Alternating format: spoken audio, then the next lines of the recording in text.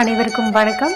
இந்த பதிவில் நம்ம இதை பற்றி பார்க்க போகிறோன்னு தெரிஞ்சுக்கிறதுக்கு முன்னாடி மறக்காமல் நம்ம சேனலை சப்ஸ்கிரைப் பண்ணிக்கோங்க. பக்கத்தில் இருக்கிற பெல் பட்டனையும் கிளிக் பண்ணிவிட்டு ஆளுங்கிற ஆப்ஷன் கொடுத்துட்டிங்கன்னா நான் போடுற வீடியோக்கள் எல்லாமே மிஸ் ஆகாமல் நோட்டிஃபிகேஷனில் வந்துடும். இந்த பதிவு மிக மிக முக்கியமான பதிவு, அனைவரும் தெரிந்து கொள்ள வேண்டிய ஒரு பதிவு. யாருடைய வாழ்க்கையில் தீராத கஷ்டங்கள் இருக்குதோ, மேலும் கடன் பிரச்சனை கழுத்தை நெருக்கிதோ, சொந்த வீடு அமையணுங்கிறது தான் என்னோட நீண்ட கால கனவு, அது சீக்கிரமாக நிறைவேறணும் அப்படின்னு விருப்பப்படுறீங்களோ அவங்க எல்லாருமே இப்போ நான் சொல்லக்கூடிய ஒரு எளிய பரிகாரத்தை நீங்கள் செய்வதன் மூலமாக நிச்சயமாக உங்களுடைய விருப்பங்கள் யாவுமே பூர்த்தியாகும் அப்படின்னு சொல்லாங்க.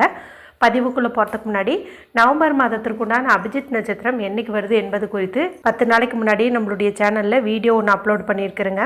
இது வரைக்கும் பார்க்காம இருந்தீங்க அப்படிங்கும்போது எண்டு ஸ்க்ரீனில் லிங்க் கொடுக்குறேன், மறக்காமல் பார்த்து என்றைக்குன்னு தெரிஞ்சு வச்சுக்கோங்க. இந்த முறை ரொம்ப ரொம்ப சக்தி வாய்ந்த ஒரு நாளில் வரதுனால யாருமே மிஸ் பண்ணிடாதீங்க. கண்டிப்பாக உங்களுடைய விருப்பங்கள் யாவுமே பூர்த்தியாகும்.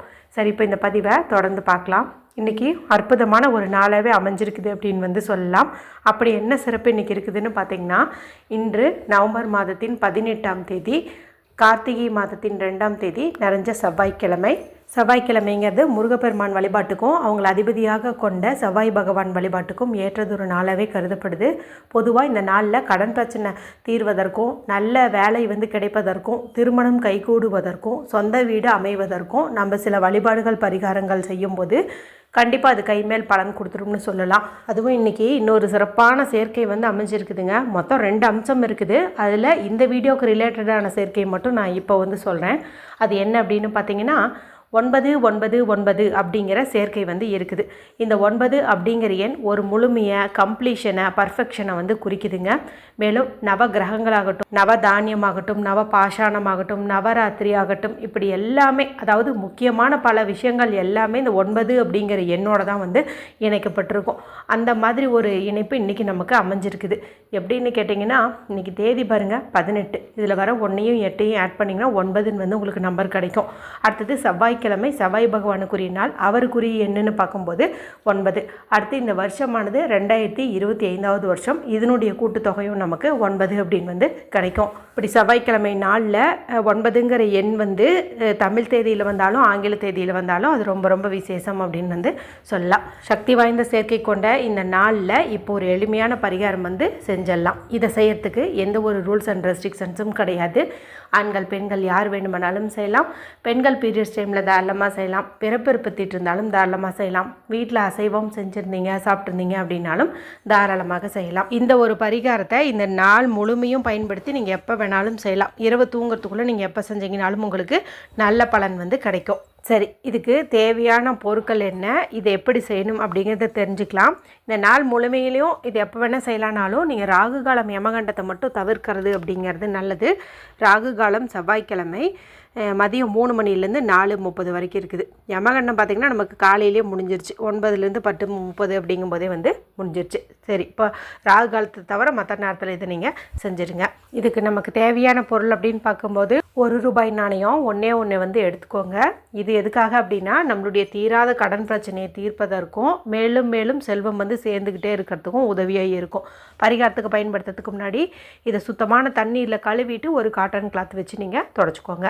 அடுத்து நமக்கு தேவையானது எந்த கோடும் இல்லாத பியூரான அன்ரூல்டு ஒயிட் ஷீட் எடுத்துக்கோங்க. ஒரு 2 இன்ச் அளவுக்கு இருந்துச்சு அப்படின்னா கூட போதுமானதாக இருக்கும். இதில் எழுதுவதற்கு சிவப்பு நிறத்தில் இங்க் வரக்கூடிய பேனா, ஸ்கெட்ச் பென்சில், மார்க்கர் நீங்கள் எடுத்துக்கோங்க. சிவப்பு நிறம் அப்படிங்கிறது நம்மளுடைய கடன் பிரச்சனையை நீக்கும், விருப்பங்களை நிறைவேற்றி தரும்.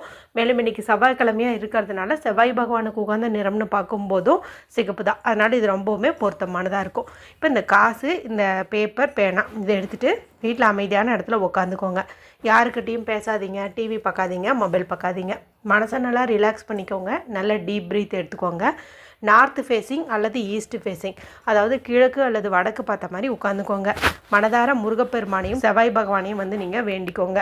என்னுடைய கடன் பிரச்சனை தீரணும், நல்ல செல்வம் சேரணும், சொந்த வீடு அமையணும், திருமணம் கை கூடணும், வேலை கிடைக்கணும், இது மாதிரி எந்த மாதிரி கோரிக்கை இருந்தாலும் அது நல்லபடியாக நடக்கணும் மனதார நீங்கள் வேண்டிக்கோங்க. அடுத்தது எடுத்து வச்ச பேப்பரில் இந்த சிம்பிளை வரைஞ்சிக்கோங்க. இது பார்த்திங்கன்னா உங்களுடைய தீராத கடன் பிரச்சனை, கஷ்டங்கள் எல்லாத்தையுமே போக்கிடும். இந்த சிம்பிளை பார்த்து பொறுமையாக நீங்கள் இந்த பேப்பரில் பேப்பரில் வந்து வரைஞ்சிக்கோங்க. அடுத்து இந்த ₹1 காசு எடுத்துக்கோங்க. இந்த ₹1 காசை எனர்ஜைஸ் பண்ணணும். எப்படி பண்ணணும்னு உங்களுக்கு தெரியும் இல்லையா? 2 உள்ளங்கைக்கு நடுவுலேயே வச்சுட்டு நல்லா அது கீழே விழுகாத மாதிரி பொறுமையாக வந்து தேய்க்கணும்.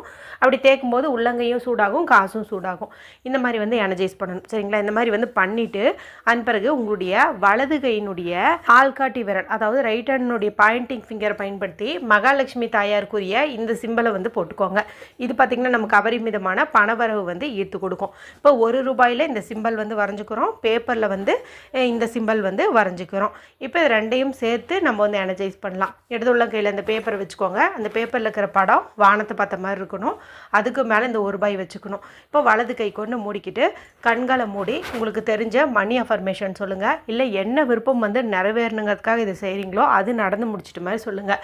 நல்ல வேலை கிடைத்து விட்டது, எனக்கு அதிக சம்பளத்தில் வேலை கிடைத்து விட்டது, பெரிய இடத்தில் வேலை கிடைத்து விட்டது, பெரிய கம்பெனியில் வேலை கிடைத்து விட்டது, நல்ல இடத்தில் திருமணம் நடந்து விட்டது, என்னுடைய கடன் பிரச்சனை முழுவதும் தீர்ந்து விட்டது, குழந்தை பாக்கியம் கிடைத்து விட்டது, எனக்கு பிடிச்ச மாதிரி சொந்த வீடு அமைந்து விட்டது, நான் இடம் வாங்கிட்டேன். இந்த மாதிரி அதாவது எதுக்காக இந்த பரிகாரத்தை நீங்கள் செய்கிறீங்களோ அது நடந்துருச்சு அப்படிங்கிற மாதிரி வந்துட்டு நீங்கள் பாசிட்டிவாக வந்து சொல்லுங்கள். எண்ணிக்கை கணக்கெல்லாம் இல்லை, எவ்வளவு முறை சொல்ல முடியுமோ அவ்வளவு முறை வந்து சொல்லுங்கள்.